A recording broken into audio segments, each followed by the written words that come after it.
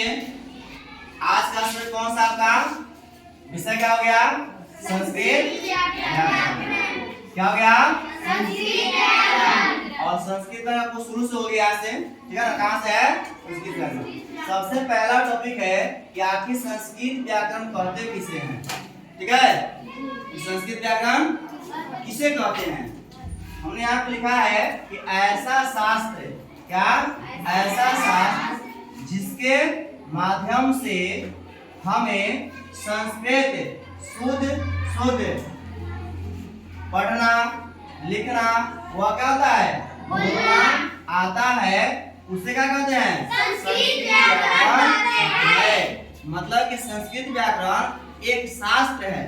शास्त्र का मतलब होता है कि एक किताब है, कहती है एक ज्ञान का माध्यम है, स्रोत है, जहां से हमको क्या मिलता है? संस्कृत, ठीक है ना? क्या करने के लिए? शुद्ध लिखने के लिए, बोलने के लिए और पढ़ने के लिए ज्ञान की प्राप्ति होती है। तो उस शास्त्र को हम क्या बोलते हैं? क्या बोलते हैं?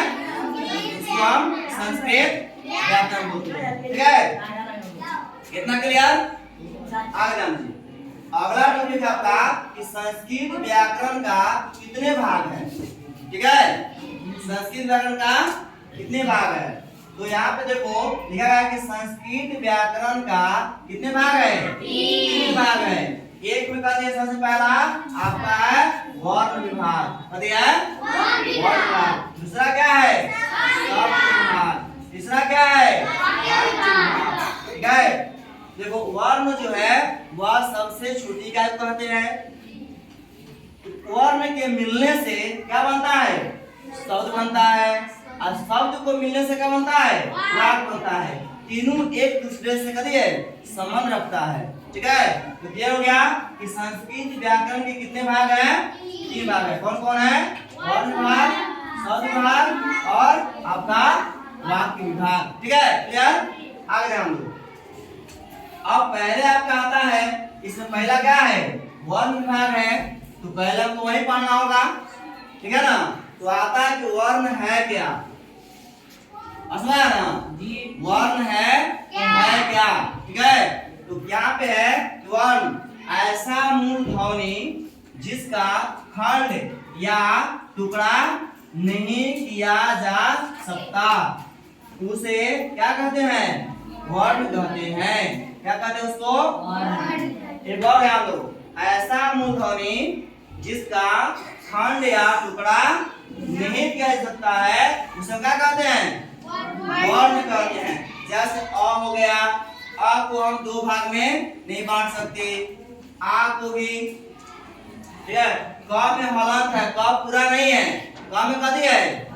देखो हलंत लगा हुआ है यहाँ पे, क हलंत, ख हलंत, ग हलंत, च हलंत इत्यादि ऐसा ही हो सकता है। देखो हलंत लगाने से क्या होता है? इसमें अ की मात्रा छुप जाती है, लेकिन साउंड में नहीं छुप पाता है। ऐसा बोलते हैं ना क, देखो जब क बोलोगे तो लास्ट में क्या आएगा? अ आएगा, ठीक है ना? तो हलंत से क्या होता है कि आधा हो जाता है, ठीक है? आगे बढ़ते हैं। अगला है वर्ण के भेद, पता है?